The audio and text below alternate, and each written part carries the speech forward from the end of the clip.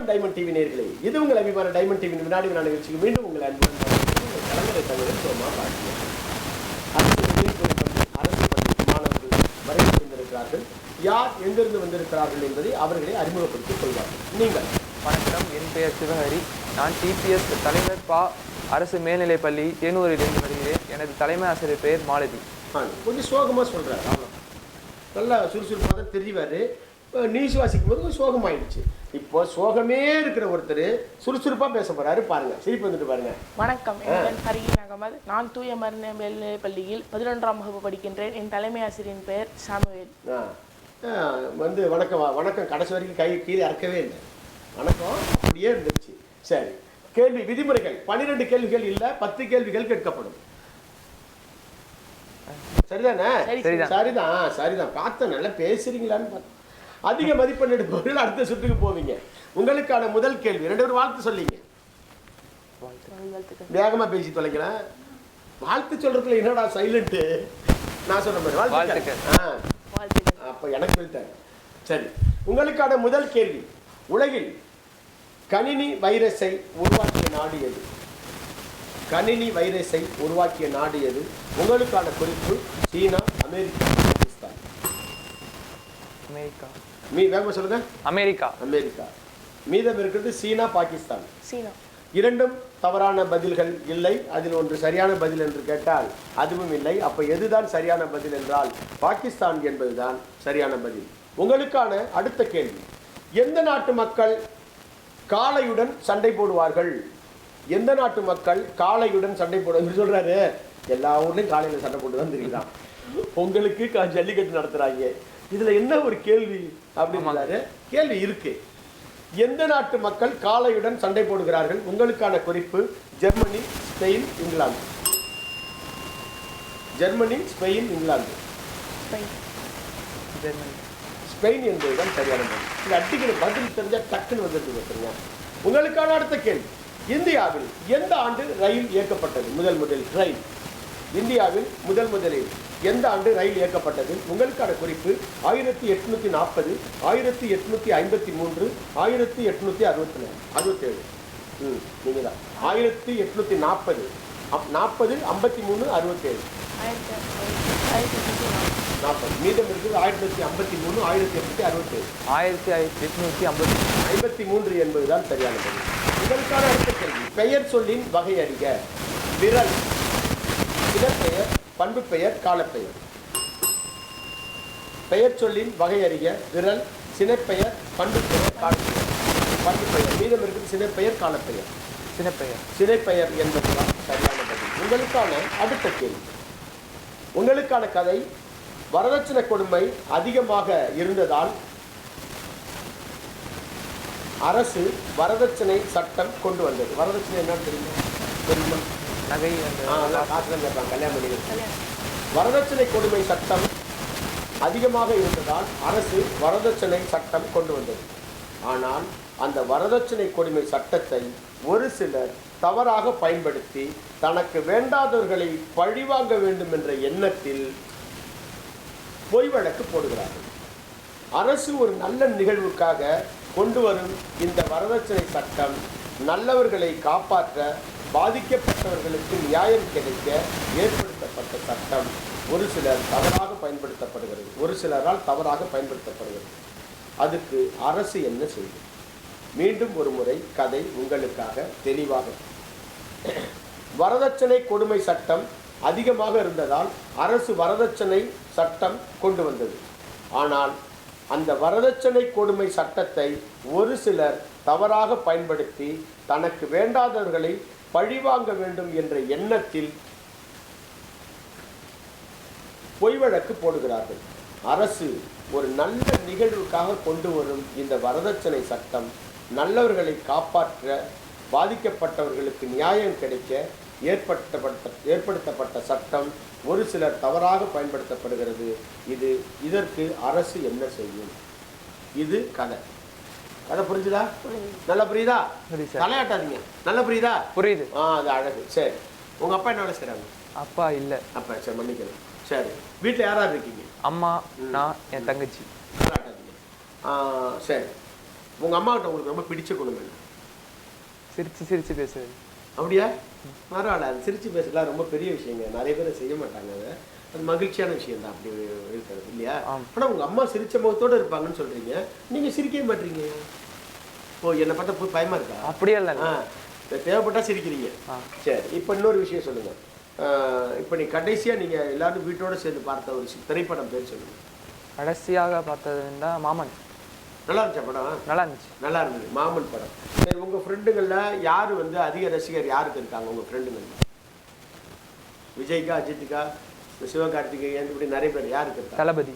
தளபதி தான் இருக்காங்க எல்லா ரசிகர்களும். ஒன்றும் பண்ண முடியல, நான் என்ன பண்ண முடியும்? சரி, இப்போ நீங்கள் ஒரு செய்தி சொல்லுங்கள். தலையாட்டம். சரிங்க ஐயா, சொல்லுங்க ஐயா. சரிங்க ஐயா, சொல்லுங்க ஐயா, சொல்லுங்க சொல்லுங்க ஐயா. சரி, உங்கள் உடற்பயிற்சி ஆசிரியரின் பெயர் என்ன? வின்சென்ட் ராஜ். வின்சென்ட் ராஜிட்ட உங்களுக்கு பிடிச்ச குணம் என்ன? டிசிப்ளினா இருக்கணும்னு நினைப்பாரு. பிடிக்காத குணம் என்ன? அதிகமாக திட்டுறது. அதிகமாக திட்டாதீங்க வின்சென்ட் சார். எப்போ பார்த்தாலும் பிள்ளைங்களை திட்டிக்கிட்டே இருக்குது. என்ன பழக்கம் பாருங்க, அவர் எவ்வளோ வருத்தப்படுறாரு. ஏன் திட்டுறீங்க பிள்ளைங்களா? திட்டாதீங்க வின்சென்ட் சார்.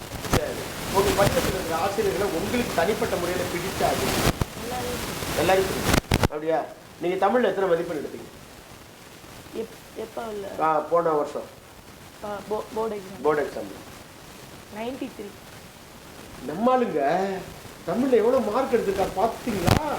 சரி, இப்போ நீங்கள் தமிழில் ஆவரேஜா நல்ல மார்க் எடுத்தீங்களா? 90. நல்ல மார்க். என்னங்க இப்படி சொல்கிறீங்க? நான் தான் பார்டரில் பாஸ் பண்ணியிருக்கிறேன். சரி, இப்போ கேள்வி இதுதான். அரசு என்ற வார்த்தை கதையில் எத்தனை முறை பயன்படுத்தப்பட்டது? 3. நீங்க? 4. 3, 4. நான் படிக்கிறேன், எத்தனை வாட்டி அரசியல் வருதுன்னு பார்த்துங்க. சரியா? வரதட்சணை கொடுமை சட்டம் அதிகமாக இருந்ததால் அரசு வரதட்சணை சட்டம் கொண்டு வந்தது. ஆனால் அந்த வரதட்சணை கொடுமை சட்டத்தை ஒரு சிலர் தவறாக பயன்படுத்தி தனக்கு வேண்டாதவர்களை பழிவாங்க வேண்டும் என்ற எண்ணத்தில் வழக்கு போடுகிறார்கள். அரசு ஒரு நல்ல நிகழ்வுக்காக கொண்டு வரும் இந்த வரதட்சணை சட்டம் நல்லவர்களை காப்பாற்றி பாதிக்கப்பட்டவர்களுக்கு நியாயம் கிடைக்க ஏற்பாடு செய்ய வேண்டும். அச்சட்டம் ஒரு சிலர் தவறாக பயன்படுத்தப்படுகிறது. இதுக்கு அரசு என்ன செய்யும்? 3 என்பது மிக சரியா சொல்லியிருக்காரு. 2 மதிப்பெண்கள். உங்களுக்கான 6வது கேள்வி இதோ. பூமியின் நுரையீரல் எது? இவற்றுள் பூமியின் நுரையீரல் என்று சொல்லப்படுவது கருதப்படுவது எது? உங்களுக்கான குறிப்பு: இமயமலை, அமேசான் காடு, நைல் நதி. இமயமலை, அமேசான் காடு, நைல் நதி. மீதம் இருக்கிறது அமேசான் காடு, இமயமலை. இமயமலை இரண்டும் தவறான பதில்கள். அமேசான் காடு என்பதுதான் சரியான பதில். உங்களுக்கான அடுத்த கேள்வி: ஒரே குறளில் 6 முறை இடம்பெற்ற சொல் எது? இவற்றுள் திருக்குறளில் ஒரே குறளில் 6 முறை பயன்படுத்தப்பட்ட ஒரு சொல் எது? உங்களுக்கான குறிப்பு: பற்று, நன்று, தலை. பற்று, நன்று, தலை. நன்று. மீதம் இருக்கிறது பற்று, தலை. இரண்டும் தவறான பதில். பற்று என்பதுதான் சரியான பதில். உங்களுக்கான அடுத்த கேள்வி: இந்தியாவில் அதிகம் காடுகள் கொண்ட மாநிலம் எது? இந்தியாவில் அதிக காடுகள் கொண்ட மாநிலம் எது? உங்களுக்கான குறிப்பு: உத்தரப்பிரதேசம், மத்திய பிரதேசம், ஆந்திரா. உத்தரப்பிரதேசம், மத்திய பிரதேசம், ஆந்திரா. மத்திய பிரதேசம், உத்தரப்பிரதேசம், ஆந்திரா. ஆந்திரா என்பது தவறான பதில். மத்திய பிரதேசம். உங்களுக்கான அடுத்த கேள்வி: முதலில் தமிழை ஆட்சி மொழியாக அறிவித்த நாடு எது? உலகில் முதலில் தமிழை ஆட்சி மொழியாக அறிவித்த நாடு எது? உங்களுக்கான குறிப்பு: சிங்கப்பூர், மலேசியா, இலங்கை. யாரு? இல்லை மலேசியா,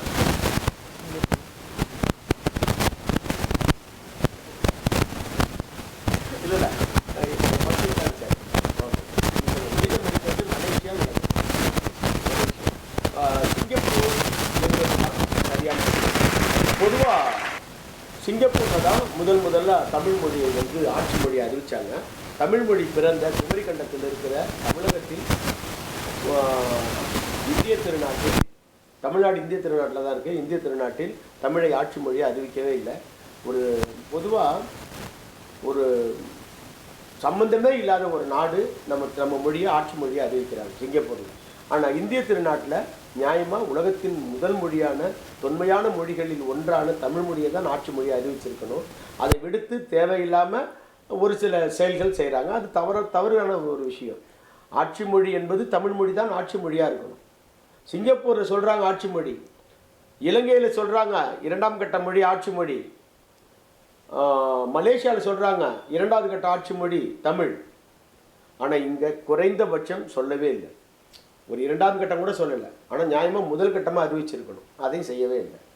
சரி, சிங்கப்பூர் என்பது தான் சரியான பதில். உங்களுக்கான அடுத்த கேள்வி, பாகிஸ்தான் என்னும் ஊர் இந்தியாவில் எந்த மாநிலத்தில் இருக்கிறது? குறிப்பு கொடுத்தது தான் அடிக்கிறது. பாகிஸ்தான் என்னும் ஊர் இந்தியாவில் எந்த மாநிலத்தில் உள்ளது? உங்களுக்கான குறிப்பு பஞ்சாப், மேற்கு வங்கம், பீகார். பாகிஸ்தான் என்னும் ஊர் இந்தியாவில் எந்த மாநிலத்தில் இருக்கிறது? பஞ்சாப், மேற்கு வங்கம், பீகார்.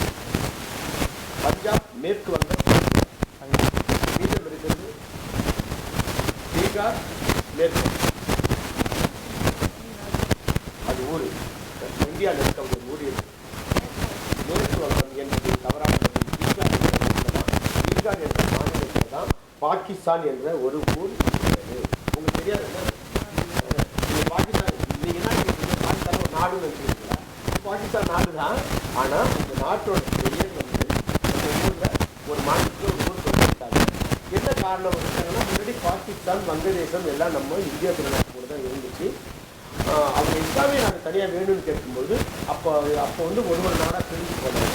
இந்தியாவிலேருந்து பாகிஸ்தானில் வங்கதேசம் தெரிஞ்சது. அப்படி தான் தெரிஞ்சு போயிட்டாங்க. சரியா? நிகழ்ச்சியில் ரொம்ப அழகாக குழந்தைங்க விளையாண்டாங்க. அடுத்த சுற்று வெற்றி பெற்றிருக்கிறீர்கள். வாழ்த்துக்கள் உங்களுக்கு. ரொம்ப நல்லா அழகாக விளையாண்டீங்க. வாழ்த்துக்கள் உங்களுக்கு. மீண்டும் இது போன்ற ஒரு அழகான நிகழ்ச்சி உங்களை சந்திக்கிறேன். உங்களிடம் விடைபெறுவது உங்கள் கலைஞரை தமிழன் தோமா. வாழ்க தமிழ்.